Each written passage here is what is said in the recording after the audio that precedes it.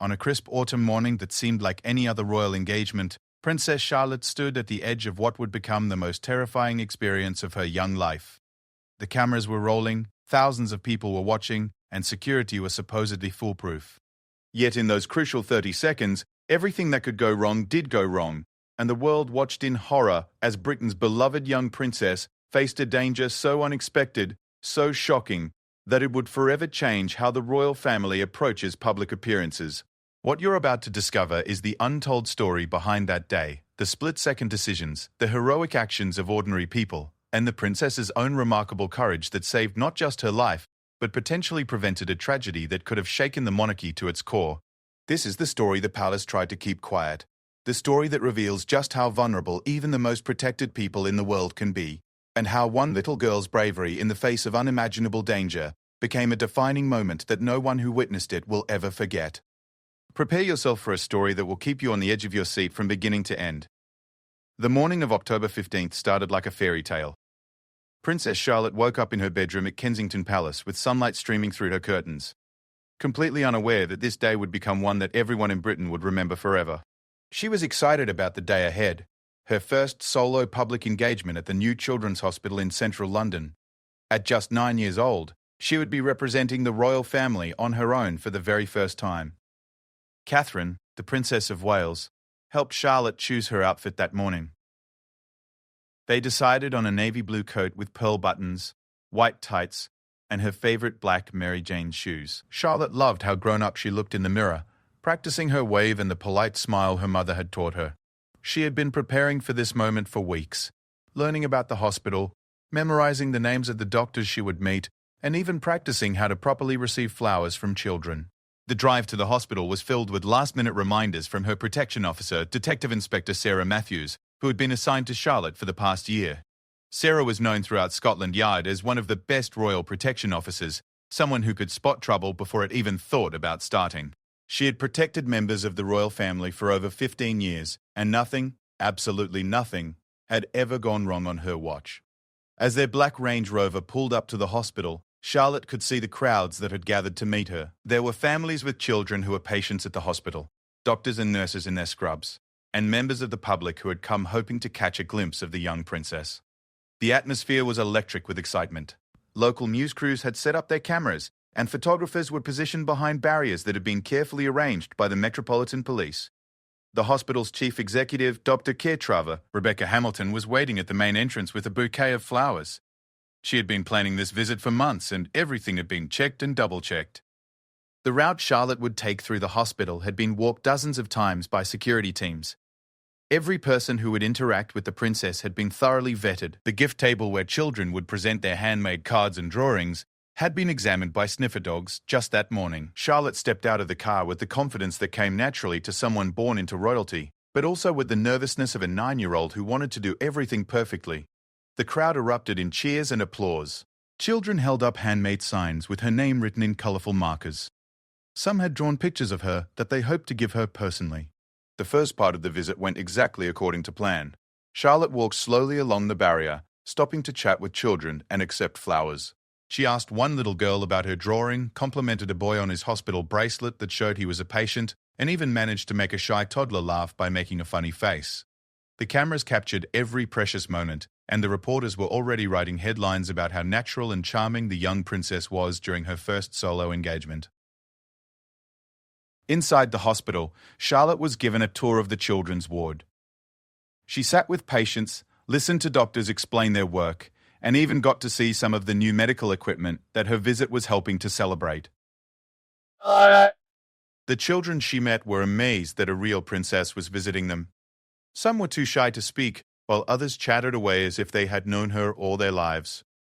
In the playroom, Charlotte joined a group of children who were making get-well cards for other patients. She picked up crayons and markers, adding her own artistic touches to a card that would later be given to a little boy recovering from surgery. The hospital staff were charmed by how easily she connected with everyone she met, from the youngest patients to the most senior consultants. The planned schedule was running perfectly. Charlotte had met with the hospital leadership, toured the new wing, visited patients, and participated in activities. The final part of her visit was supposed to be a walk through the hospital's garden, where she would plant a tree to commemorate her visit. This garden was seen as the safest part of the entire engagement. It was completely enclosed, had been thoroughly searched, and was surrounded by additional security that the public couldn't even see. As Charlotte made her way toward the garden, she was accompanied by Dr. Hamilton, Detective Inspector Matthews, 2 additional protection officers, and a small group of hospital staff. The press had been positioned at specific points where they could photograph the tree planting ceremony from a safe distance. Everything was going according to the carefully planned schedule that had been rehearsed multiple times. The garden itself was beautiful. It had been designed specifically for the children who were patients at the hospital, with colorful flowers, small paths perfect for wheelchairs, and benches where families could sit together. In the center was a perfect spot where Charlotte's tree would be planted, a young oak that symbolized strength and growth, qualities that the hospital hoped to inspire in its young patients. Charlotte was handed a small silver spade that had been specially engraved for the occasion. She smiled for the photographers as she was shown where to dig. The soil had already been prepared, making her job easier and ensuring that the tree would be planted properly. As she began to dig, she chatted with the children who had been selected to help her, asking them about their favorite flowers and whether they liked spending time in gardens. Everything was perfect.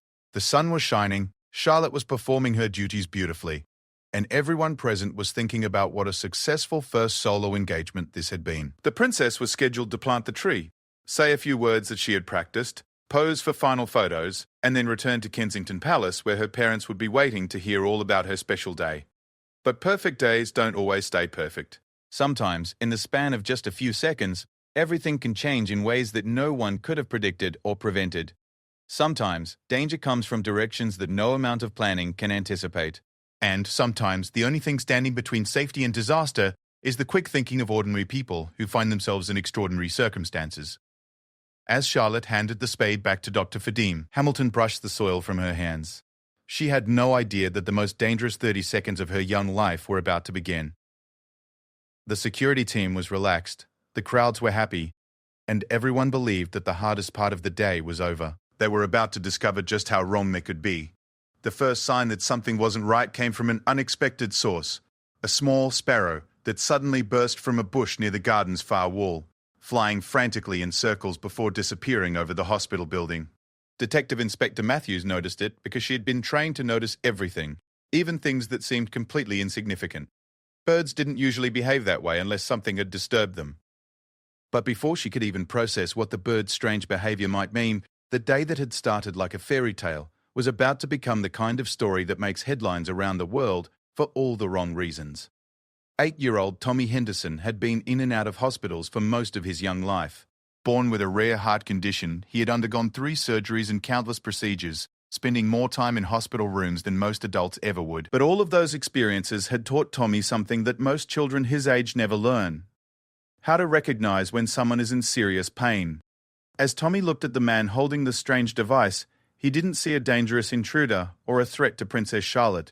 Instead, he saw something that looked familiar to him, the same expression he had seen on his own father's face during Tommy's worst medical episodes. The same look his mother had when she thought Tommy couldn't see her crying in the hospital hallway. The man looked desperate, scared, and hurt. Dr. Hamilton, who had been Tommy's doctor for 2 years, immediately realized what was happening and started moving toward him. But she was too far away to reach him quickly. The protection officers were focused on the armed man and hadn't yet noticed that one of the children had broken from cover. Detective Inspector Matthews, still shielding Charlotte behind the oak tree, caught sight of Tommy's movement and felt her heart skip a beat. Tommy walked slowly but steadily toward the man, his small hospital identification bracelet catching the sunlight as he moved. He wasn't walking with the confidence of someone who had a plan. He was walking with the determination of a child who had decided that someone needed help, and he was going to provide it. The man with the device noticed Tommy approaching and seemed momentarily confused.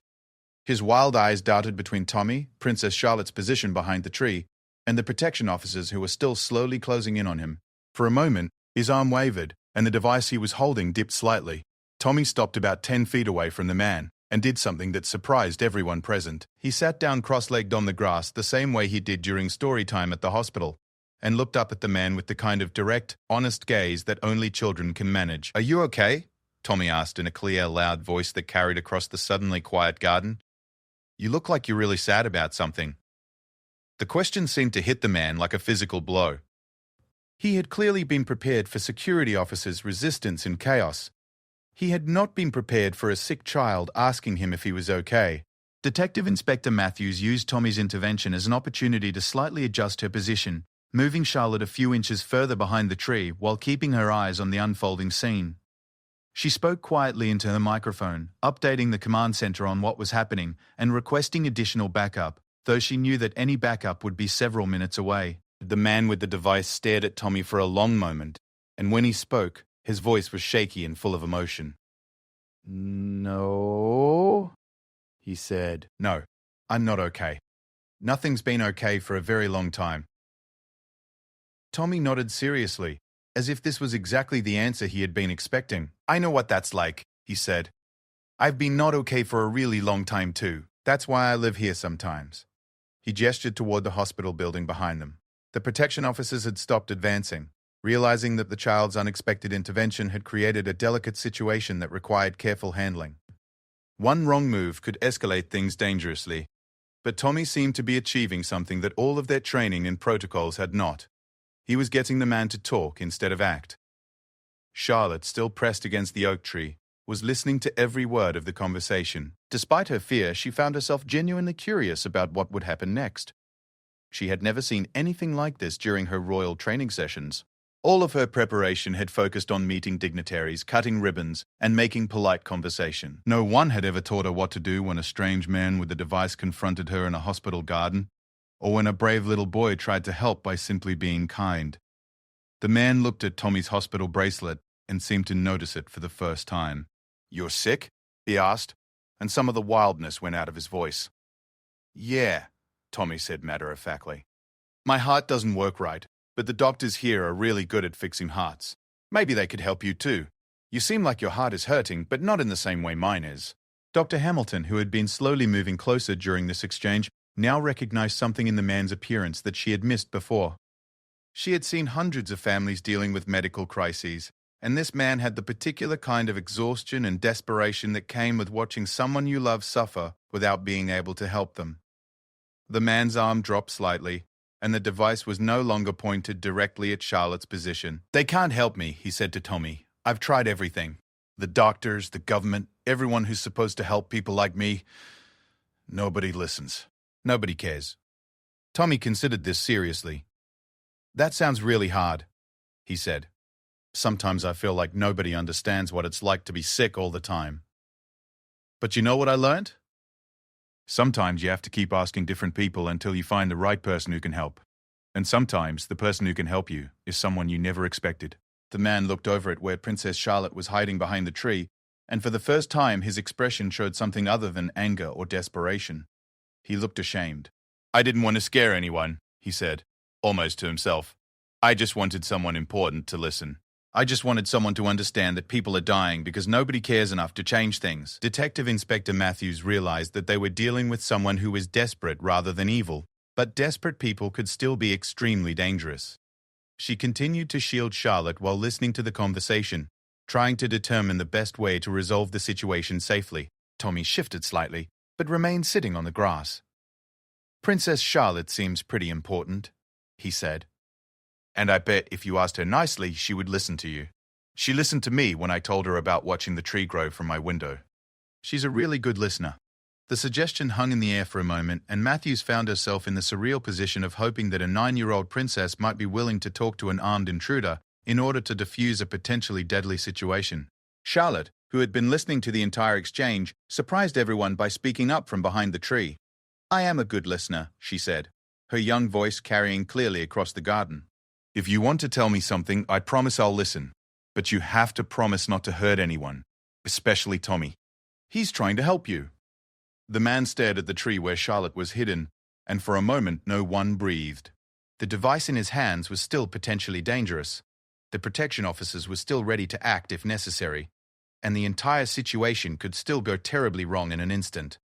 But something about Charlotte's simple, honest response seemed to reach something human inside the man that his anger and desperation had been covering up. His shoulders sagged slightly, and when he spoke again, his voice was quieter. "I don't want to hurt anyone," he said. "I never wanted to hurt anyone. I just wanted someone to listen to what happened to my daughter." "Doctor," Hamilton took a careful step closer. As a doctor, she recognized the signs of someone who was grieving. And as a mother, she understood the desperation that came with feeling like you couldn't protect your child. "What happened to your daughter?" she asked gently. The man's grip on the device loosened noticeably. "She died," he said simply. "She died because the treatment she needed was too expensive, and the insurance wouldn't cover it, and the government said there was nothing they could do. She was 8 years old, just like him." He looked at Tommy. Tommy's face filled with sympathy. "I'm really sorry about your daughter," he said. "That's the saddest thing I've ever heard. No wonder you're so upset." Charlotte spoke again from behind the tree. "I'm sorry too. Losing someone you love must be the worst feeling in the world." The man began to cry, still holding the device but no longer pointing it at anyone. The protection officers remained tense and ready, but they could see that the immediate threat was diminishing. However, they also knew that grieving people could be unpredictable, and the situation was still far from resolved. Tommy stood up from his cross-legged position and took a small step closer to the man. "Would you like to tell us about your daughter? Sometimes it helps to talk about people you miss. I like hearing stories about people who were special." What happened next would become the moment that defined not just this crisis, but the way that Princess Charlotte would approach her royal duties for the rest of her life. The man's name was David Miller, though no one in the garden knew that yet. For the past 6 months, since his daughter Emma's death, he had been writing letters to government officials, healthcare executives, and anyone else he thought might be able to prevent other families from experiencing the same tragedy his family had endured. Every letter had received either no response or a form letter expressing sympathy but offering no real help or change. David had built the device he was holding in his garage over several weeks, not with the intention of hurting anyone, but as what he thought was his last resort to get someone's attention. It wasn't designed to seriously harm anyone. It was more like a very loud, very scary way to make people listen. But in his grief and desperation, he hadn't fully thought through how dangerous even a non-lethal device could be when wielded by someone in emotional crisis. When Tommy asked him to tell them about Emma, something inside David's chest loosened for the first time in months. He had been carrying his grief and anger like a heavy weight. And no, not the grief counselors, not his remaining family members, not his friends, had simply asked him to talk about Emma as the person she had been, rather than as the tragedy she had become. "Emma loved gardens," David said, his voice breaking slightly. "She would have loved this place. She always said she wanted to plant a tree that would grow big enough that birds could make nests in it." Charlotte stepped out from behind the oak tree, ignoring Detective Inspector Matthew's sharp intake of breath. The protection officers tensed, ready to act, but Charlotte moved slowly and deliberately, showing that she was making a conscious choice rather than acting impulsively. "That's what we just did," Charlotte said quietly. "We planted a tree for the birds. Would you like to see it?" David looked at the young princess, this child whose life he had just threatened, who had every reason to be terrified of him, and saw only genuine kindness and curiosity in her eyes. He realized in that moment the magnitude of what he had almost done, and the weight of that realization caused him to sink to his knees in the grass. The device fell from his hands as he buried his face in his palms. The protection officers immediately moved to secure the device while Dr. Hamilton rushed to check on Tommy and Charlotte, but both children seemed more concerned about David than about their own safety. Tommy walked over and sat down next to David, close enough to offer comfort but not so close as to make the grieving father feel crowded. "It's okay to cry," Tommy said matter-of-factly. "I cry about being sick sometimes. My mum says crying is how your heart cleans itself out." Charlotte approached more cautiously, her royal training warring with her natural compassion. Everything she had been taught said she should let the protection officers handle the situation and remove herself to safety. But everything her parents had taught her about kindness and empathy said that someone in pain deserved comfort, regardless of the circumstances. Detective Inspector Matthews was torn between her duty to protect Charlotte and her recognition that the princess's instincts were actually helping to defuse the situation. She moved closer but didn't interfere, keeping herself positioned to act quickly if needed, while allowing Charlotte to follow her conscience. "Mr. Miller, Doctor," Hamilton said gently, having pieced together his identity from security footage and the information he had shared about his daughter. "I knew Emma. She was a patient here last year before she was transferred to the specialty clinic." David looked up sharply, his face streaked with tears. "You knew her? She was one of the bravest children I've ever met." "Doctor," Hamilton said. "She used to draw pictures for the other children to cheer them up. She made a card for every child on the ward during her stay here. I still have the one she made for me, hanging in my office.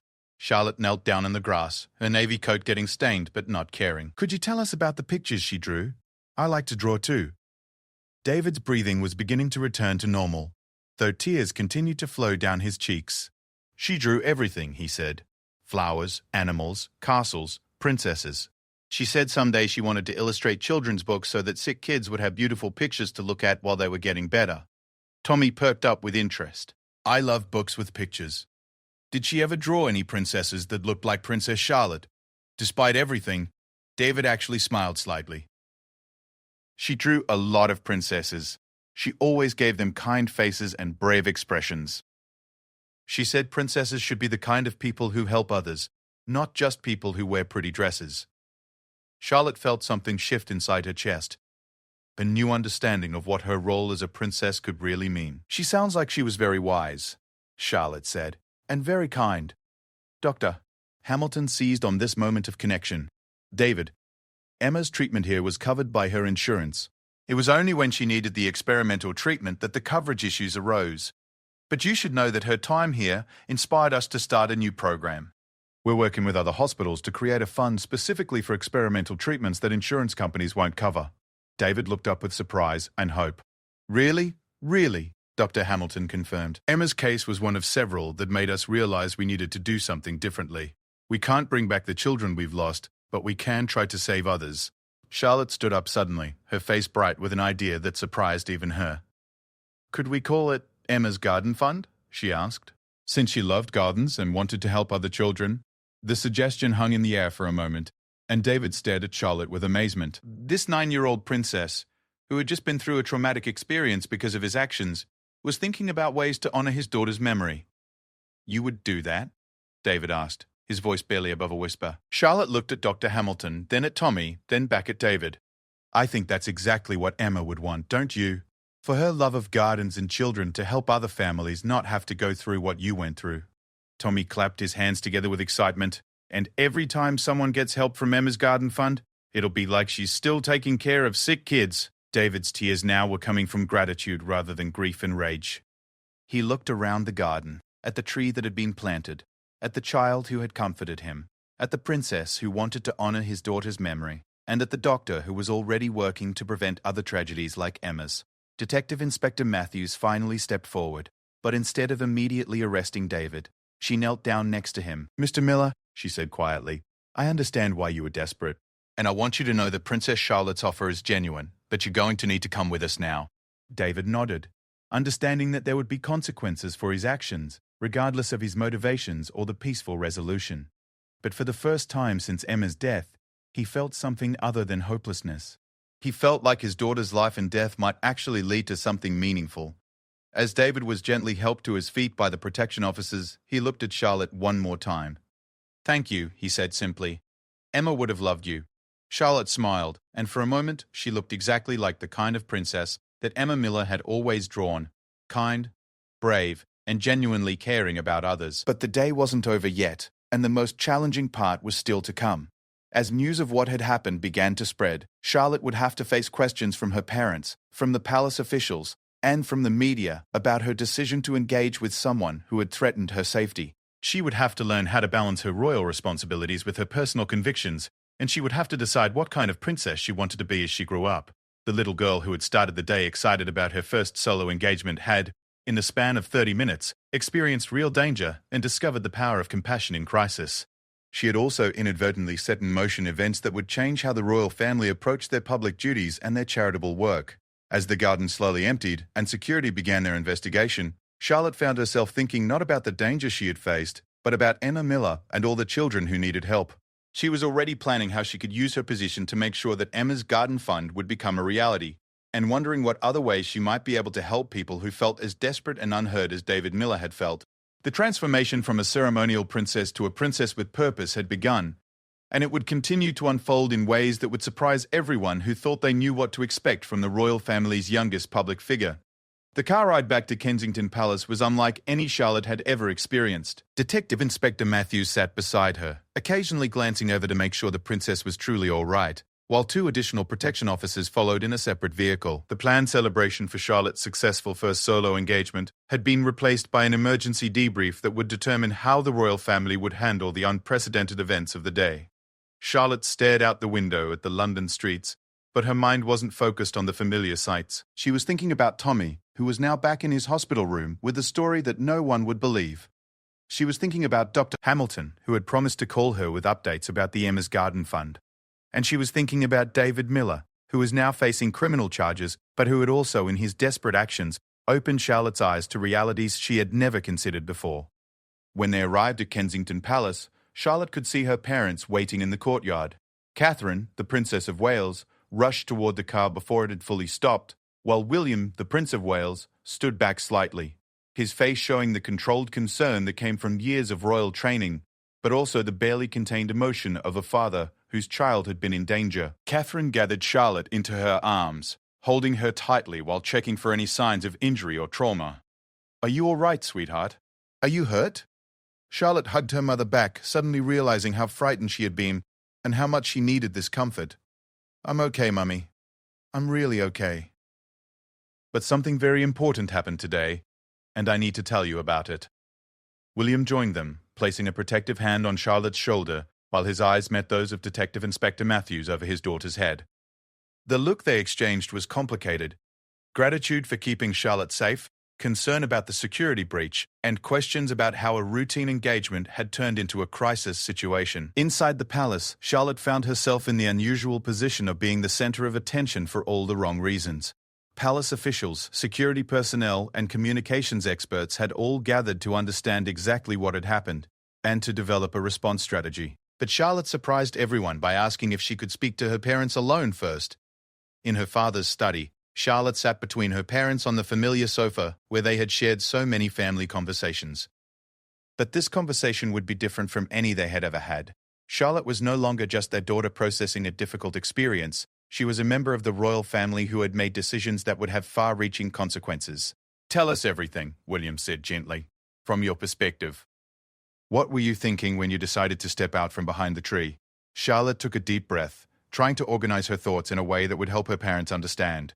Tommy was trying to help someone who was really, really sad. And the man, Mr. Miller, wasn't angry at us. He was angry because his little girl died and he felt like nobody cared enough to prevent it from happening to other children. Catherine felt a chill run down her spine as she realized how easily the situation could have ended very differently. "Darling, that man had a device that could have hurt you. He could have hurt Tommy. You can't put yourself in danger just because someone is sad." "But Mummy," Charlotte said earnestly, "if we don't help people when they're desperate, they might do desperate things." Mr. Miller didn't want to hurt anyone. He just wanted someone important enough to make changes to listen to him. And I am someone important enough to make changes, aren't I? William and Catherine exchanged glances over Charlotte's head. Their 9-year-old daughter had just articulated something that many adult members of the royal family struggled with: the balance between personal safety and public responsibility, between the privileges of royal status and the obligations that came with them. "You are very important," William said carefully, "but part of being important is learning how to help people effectively and safely. What you did today was brave, but it was also very dangerous." Charlotte nodded seriously. "Detective Inspector Matthews explained that to me on the way home." "But Daddy, what if being completely safe means we can't really help people who need help the most? What if the people who need us most are exactly the people who can't reach us through normal channels?" The question hung in the air, highlighting a fundamental tension that the royal family had been grappling with for generations. How do you remain accessible to the people you serve while protecting yourself from those who might wish you harm? How do you distinguish between legitimate desperation and genuine threats? Over the next several hours, Charlotte participated in a series of conversations that would have been unthinkable for any previous 9-year-old royal. She spoke with security experts about threat assessment, with palace communications staff about media management, and with senior royal household officials about protocol and precedent. But the most important conversation happened 3 days later, when Charlotte insisted on making a phone call to Tommy at the hospital. She wanted to make sure he was all right, and she wanted to update him on the plans for Emma's Garden Fund. "Tommy," Charlotte said into the phone, sitting at her small desk in her bedroom, "I wanted you to know that we're really going to do it. Emma's Garden Fund is going to be real." Tommy's excited voice came through clearly. "Really? That's the best news ever. How did you convince all the grown-ups?" Charlotte smiled at the question. Well, it turns out that when you have a really good reason for doing something, and when it's the right thing to do, people want to help make it happen. Dr. Hamilton has been working with people at other hospitals, and my parents have been talking to people who know about setting up charity funds. That's amazing, Tommy said. I told everyone here about what happened, and about how brave you were, and about how you wanted to help Mr. Garfield. Miller, even after he scared everyone. Charlotte felt a warm feeling in her chest. You were the brave one, Tommy. You were the one who saw that Mr. Miller needed help instead of just seeing someone scary. We were both brave, Tommy said. And Emma would be proud that her name is going to help other kids. After the phone call ended, Charlotte sat quietly in her room, thinking about everything that had changed since that morning in the hospital garden. She was still the same person, but she understood her role differently now. Being a princess wasn't just about wearing nice clothes and meeting important people. It was about using whatever power and privilege she had to make life better for people who couldn't make things better for themselves. 6 months later, Charlotte attended the official launch of Emma's Garden Fund at the same hospital where everything had begun. The fund had raised enough money to provide experimental treatment for 12 children in its first year of operation. Tommy was there, healthier and happier, having received a new treatment himself through the fund. Dr. Hamilton was there, beaming with pride at what had been accomplished. David Miller was also there, having been sentenced to community service specifically related to healthcare advocacy. His experience with the legal system, combined with the support he had received from unexpected sources, had transformed his grief and anger into focused advocacy work. He had become one of the fund's most effective spokespersons, sharing Emma's story in ways that inspired donations and policy changes. As Charlotte cut the ribbon on the new garden that had been created in Emma's memory, she thought about that day 6 months earlier when everything had gone wrong and somehow ended up going more right than anyone could have imagined.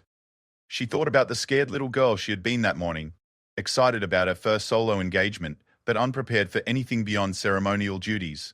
Now she was still a little girl, but she was also something more. She was a princess who understood that real leadership sometimes meant taking carefully considered risks for the right reasons. She was someone who had learned that the most important conversations often happened with people who weren't on any official schedule, and she was a member of the royal family who had discovered that the best use of her position was to amplify the voices of people who might otherwise never be heard. The oak tree that Charlotte and Tommy had planted together had grown noticeably in 6 months. It was still small, but it was strong and healthy, its roots reaching deeper into the soil with each passing season.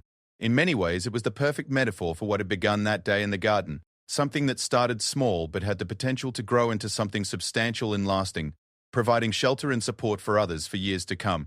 As the ceremony concluded and Charlotte prepared to leave the hospital for the second time, she paused by the oak tree. She had kept her promise to Tommy to return when it was taller, and she was already looking forward to the day when it would be tall enough for birds to build nests in its branches, just as Emma Miller had always dreamed. Detective Inspector Matthews, still Charlotte's protection officer, stood nearby, watching with pride as the princess she protected continued to evolve into exactly the kind of leader that the world needed.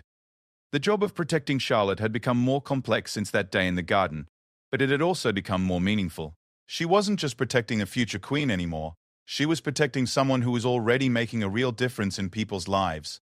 As they walked back to their car, Charlotte turned to Matthews with a question that had been on her mind for months. Detective Inspector Matthews, do you think what happened that day was meant to happen? Matthews considered the question carefully. I don't know if it was meant to happen, Your Royal Highness, but I do know that how you chose to respond to what happened made all the difference in the world. Charlotte nodded, satisfied with that answer. As their car pulled away from the hospital, she was already thinking about her next engagement, her next opportunity to listen to someone who needed to be heard, and her next chance to prove that being a princess was about much more than just wearing a crown.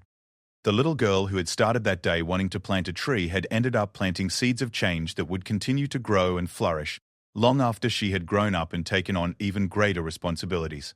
She had learned that the most important moments in royal life weren't always the ones that appeared on official schedules, and that the most meaningful connections often happened in the most unexpected circumstances. And in a small room at the Children's Hospital, 8-year-old Tommy Henderson was already planning the letter he would write to Princess Charlotte, updating her on his latest medical progress and sharing his ideas for other ways that Emma's Garden Fund could help children who needed hope as much as they needed medical treatment. The story that had begun with a moment of peril had become something much more powerful.